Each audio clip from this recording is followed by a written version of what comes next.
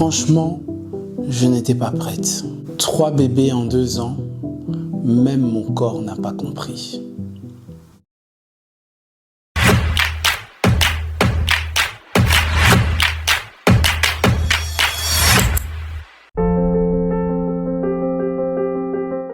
Je croyais avoir du temps entre chaque enfant.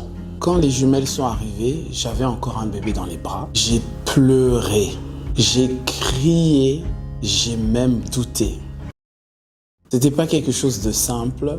Oui, c'était pas quelque chose de simple, même pour moi. De toute façon, je vous ai expliqué déjà 2 ans, en long et en large, comment j'ai vécu ces grossesses rapprochées. Si ça t'intéresse de regarder en long et en large, n'hésite pas de cliquer sur cette vidéo et d'aller voir tout en détail là-bas.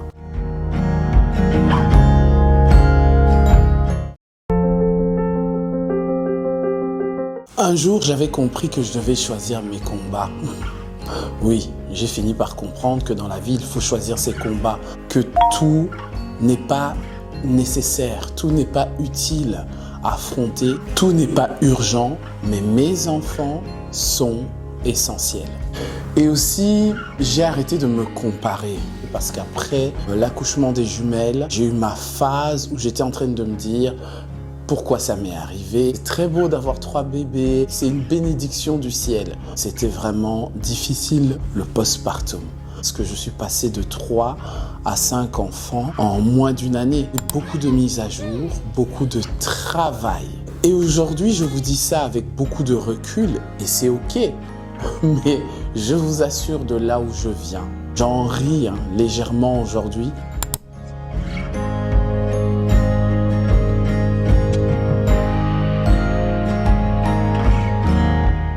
Pour toi qui m'écoutes, pour toi qui passes ce moment de rush, de difficulté, sache que tu n'es pas la seule d'avoir traversé, d'avoir affronté ce désert-là. Aujourd'hui, ma maison est vivante, pas rangée.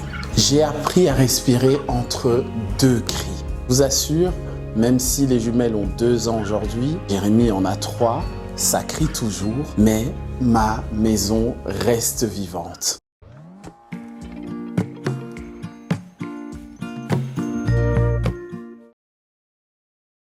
C'était très dur. J'étais en train de me dire, je dis non, faudrait que je partage ça à quelqu'un. C'est quelque chose vraiment que je voudrais mettre en avant comme un petit bilan. Quand je regarde cette Gracia-là, j'ai pu trouver mon rythme. J'étais cette femme-là qui, sous la douche, pleurait. Parce que c'est douloureux d'avoir 2 enfants le même jour, d'être alité pendant 2 mois et demi, d'avoir peur d'aller aux toilettes, peur du pire, tout en espérant le meilleur, tout en restant accroché à la foi et en parlant à Dieu comme je vous parle là en face de ma caméra. C'est là que ma foi a dû être encore renforcée, mais je tiens vraiment à te fortifier. Si tu es cette dame-là que moi, j'ai été dans mes douches en pleurant, et même si le corps change, c'est ok, c'est normal et c'est bien de pleurer parce que même entouré, tu t'es senti seule, tu te sens incomprise. Oui, à cause d'une baisse hormonale d'un coup, et tu as juste besoin de pleurer sur l'épaule de quelqu'un et que tu te sens seul, je voudrais vraiment que cette vidéo t'encourage. Dans le domaine pratique, j'ai vraiment eu beaucoup, mais beaucoup de travail à faire.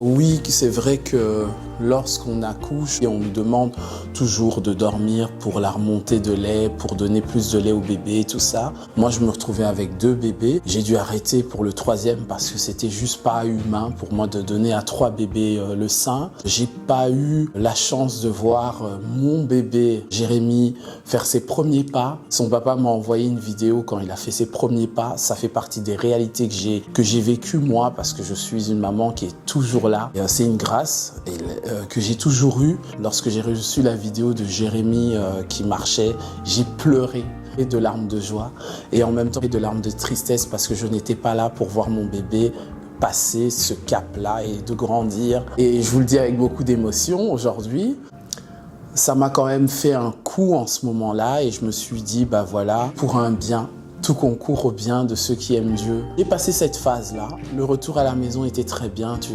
sais, j'étais entouré, ma mère était là, mon mari était là, il m'a épaulé et je le remercie aussi dans cette vidéo. Genre, c'était dur le retour à la maison parce qu'on a eu d'autres réalités. Je devais prendre mes marques. Et ça a pris du temps, j'avais très peu sommeil, je dormais très peu, je devais allaiter et en même temps faire l'alternation des biberons. C'était un gros minimum de 12 couches par jour, parce que tout le monde n'allait pas à selle en même temps. Surtout quand ils sont très petits, c'est pratiquement changé tous les 2 heures, la couche de 3 heures. Il faut que je fasse suivre avec les biberons qui devaient être stérilisés en permanence. Il y avait tout un système qui a été créé dans ma petite maisonnette ici. Quand j'y pense, on a transformé l'appartement en usine à couches, usine à biberons. Les boîtes de lait devaient être achetées en gros. Les couches pareil. D'ailleurs, on faisait des commandes à des prix extra parce qu'on avait vraiment la phobie de manquer une seule couche avec 3 bébés. Je vous assure, c'était pas facile. Quand j'en parle au jour d'aujourd'hui, c'est juste incroyable. On vient de très loin. On vient de pratiquement 2 années de nuit blanche parce ils commencent tous à dormir en même temps seulement depuis le mois d'août. C'était vraiment pas facile. Parfois, oui, ça m'est arrivé aussi de me tromper. J'ai nourri 2 fois Sunny et 1 fois Destiny. Et l'inverse, ça m'est arrivé 2-3 fois, malgré que ce sont des fausses jumelles, mais elles se ressemblaient énormément à la naissance. Ça m'est arrivé de changer la couche de l'un et oublier de changer la couche de l'autre. Et la chose que je devais absolument faire attention avec tous mes passages hormonaux, tout mon rush, m'occuper des grands, avoir l'oreille pour Alexandre, pour Esteban, surtout pour Jérémy qui se retrouve au milieu de... Je devais me rappeler en permanence que Jérémy était encore un bébé, avoir ces moments affectueux-là, individuels avec lui, que j'ai quand même mis du temps, que les jumelles, ça demandait énormément d'affection, d'attention, ça me bouffait physiquement l'énergie. J'étais tellement stressé, fatigué, entouré, mais seul, dans ma tête. Parfois, je me dis que j'ai frôlé la dépression ou le burn-out. Le fil rouge qui m'a toujours maintenu, qui ne s'est jamais cassé, de ma foi en Dieu. J'ai transformé cette discipline dans ma vie à un niveau où même, je sais pas, je t'avoue, je n'ai pas de formule, de mode d'emploi de comment j'ai fait pour t'expliquer sur cette vidéo. Mais s'il y a une chose et une pensée, il suffit juste d'une pensée. Parce qu'on croit avec le cœur, c'est vrai, et on croit aussi avec la tête. Dieu n'est pas un homme. Dieu n'est pas un être humain. Dieu n'est pas quelqu'un comme toi et moi. Dieu est amour. Son amour est inconditionnel. L'esprit prend toujours le dessus sur le corps. Je t'assure, avec les douleurs physiques que j'ai reçues, le suivi que j'ai dû recevoir, ma chérie, et tu sais combien de temps tu rentres dans ta menstruation après un accouchement, et encore double changement hormonal, le changement de toute ta vie à partir de ce que tu as vécu, qui est un cadeau extraordinaire. C'est en ce moment-là que j'étais cette femme-là. Après, une fois sortie de la douche, qui était en train de sourire et j'étais en train d'affronter tous les fronts comme si j'allais à l'armée attaquer. Voilà, j'ai telle chose à faire, j'ai le rangement à nettoyer, j'ai la cuisine à nettoyer, parce que ça change un couple, ça change une famille, ça change la vie. J'ai appris à ne pas obliger mon mari à me comprendre parce que c'est moi qui ai vécu l'accouchement. C'était très bien, c'était une belle grossesse et je remercie le Seigneur, je suis reconnaissante pour ça. J'ai subi le postpartum et je n'ai pas à me justifier sur ce que j'ai vécu avec mon corps, avec mon esprit, mon âme, avec mes pensées. C'est normal et c'est OK. Si tu te sens incomprise, ne te sens pas soutenue en profondeur, c'est normal. Je t'encourage à te dire, et je te donne mon avis aussi en même temps dans cet encouragement, tu n'as pas et tu n'as absolument pas à t'en vouloir ou à mâcher tout le temps sur ta chic si tu as envie de crier. Tu as envie de rester un peu plus longtemps au lit pendant que bébé pleure. Tu n'as pas envie de te doucher pendant 2-3 jours parce que tu as accumulé du retard dans ton travail. C'est OK. Si tu n'as pas de soutien, les vêtements de tes bébés soit lavé, que tu fais tout à la main ou que tu n'as pas de machine à laver et que tu as le strict minimum, c'est OK. C'est OK.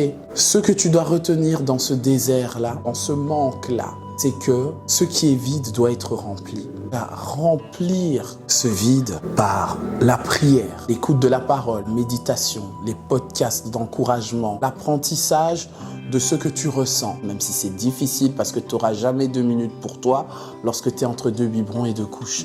Et je comprends, et c'est normal. Te forcer à te donner la discipline pendant plusieurs mois, j'étais pas sur les réseaux sociaux parce que j'arrivais pas à suivre. Mais si tu dois souffler et que quelqu'un doit garder tes enfants ou qui sont à la crèche ou quoi que ce soit et que tu as repris le travail ou avant ou pas, peu importe la période de vie que tu te situes actuellement, si tu dois prendre le temps de souffler et de ralentir, fais-le.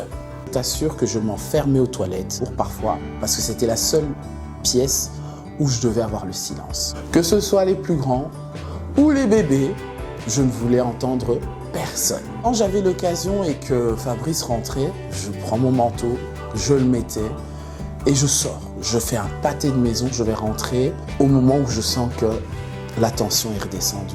C'est des choses qui m'ont aidé. On ne peut pas obliger à l'autre de nous comprendre. Même si l'autre ne fait pas l'effort de comprendre, demande de l'aide. Il y a plein de façons de se faire aider, même pour le repassage, pour t'aider. Ne fût-ce que même une fois dans la semaine ou dans le mois, fais-le. Je donne ce conseil-là aujourd'hui de mûrir en faisant ce résumé-là, que ce n'est pas impossible. Peu importe la situation que tu vis, peu importe le moment, la période ou la circonstance, si la volonté ne suffit pas, fais-le même quand tu n'en as pas envie. Ralentis, prends le temps, regarde ça de loin, prends de la hauteur, observe. Je t'assure, il y a plus de belles choses que quand tu es tout le temps dans ta routine, tu es tout le temps dans le retard, tu es tout le temps dans le fait que tu n'as pas fait, que tu n'as oublié. Tu verras beaucoup plus clair lorsque tu t'éloignes. Aujourd'hui, je suis toujours cette maman de 5, mais j'ai appris à m'aimer dans ce rôle. Parce que je ne pensais pas que je serais à la hauteur. Je ne pense pas l'être non plus jusqu'à présent, mais j'apprends à aimer ça. Alors je voudrais dire à toi qui m'écoutes, ma belle, sache-le, et je ne cesserai jamais de le dire, tu n'es pas seule. Même dans l'épuisement, il y a de la lumière. Même dans l'incompréhension, il y a de la lumière. Dans la folie, le changement radical, il y a la lumière. Dans les plans que toi tu avais prévus et que Dieu a prévu autrement, que la vie a prévu autrement pour toi, il y a toujours de la lumière. Cette lumière, c'est toi. J'aime les cornichons. Miam miam. Et cuisine miam miam. Merci. Une chose que j'ai appris, personne ne t'apprend à survivre. Quand même, la vie ne te laisse pas dormir. J'ai compris ça. Et je t'assure, même si je commence à avoir des nuits un peu plus longues, je continue à survivre. Et puis maintenant, ce qui me fait tenir jusqu'aujourd'hui, la prière. J'ai grandi dans ma relation avec Dieu à un niveau, je me dis chaque jour que je tombe, que je me relève, mais je me relève 2 fois plus forte que quand je suis tombé. La prière, la méditation de la parole de Dieu. Si j'ai pas le temps de mettre mes yeux sur la Bible, je le mets dans mes oreilles, je l'écoute quand je fais mes courses, quand je fais mon travail, dans mes pauses. J'écoute des prédications qui fortifient ma foi, qui me remet aussi surtout à ma place. Les routines simples, je ne fais plus la maniaque, la togue, je ralentis. J'ai changé de style, de routine. Je prends les choses plus simplement, plus efficacement. Surtout aussi, la chose qui me tient jusqu'aujourd'hui, c'est l'amour que je porte pour mes enfants. Ce sont mes armes, mes flèches. Il y a toute une histoire derrière que je garde pour moi, bien sûr, que je garde pour nous. Mes enfants sont juste spéciaux. Genoux, pieds. J'aime la façon dont les animaux... Un jour, tu vas te retourner et tu verras que tu as grandi. Et même avec 3 bébés en 2 ans. Oui. La seule chose que je ne souhaite à personne, c'est ces nuits-là. Parce que je t'assure que ça crie fort les bébés quand ça pleure. Surtout quand c'est des jumelles, elles pleurent en même temps. Et quand il y en a 3, c'est 3 fois plus fort. Vous n'êtes pas seul. Alors j'ai été ravi de partager cette petite expérience-là et ce petit bout de moi avec toi. Si ça t'a plu, partage à une maman que tu connais, à quelqu'un que ça peut apporter un plus. Je te retrouve pour ma part sur la prochaine vidéo, vite, vite, vite, sur Gracia Lifestyle. It's for somebody special, yeah. Can't wait it out tonight. Baby, you special. I can't wait it out tonight. Yeah, can't believe it's so. Yeah, 20 nights been so.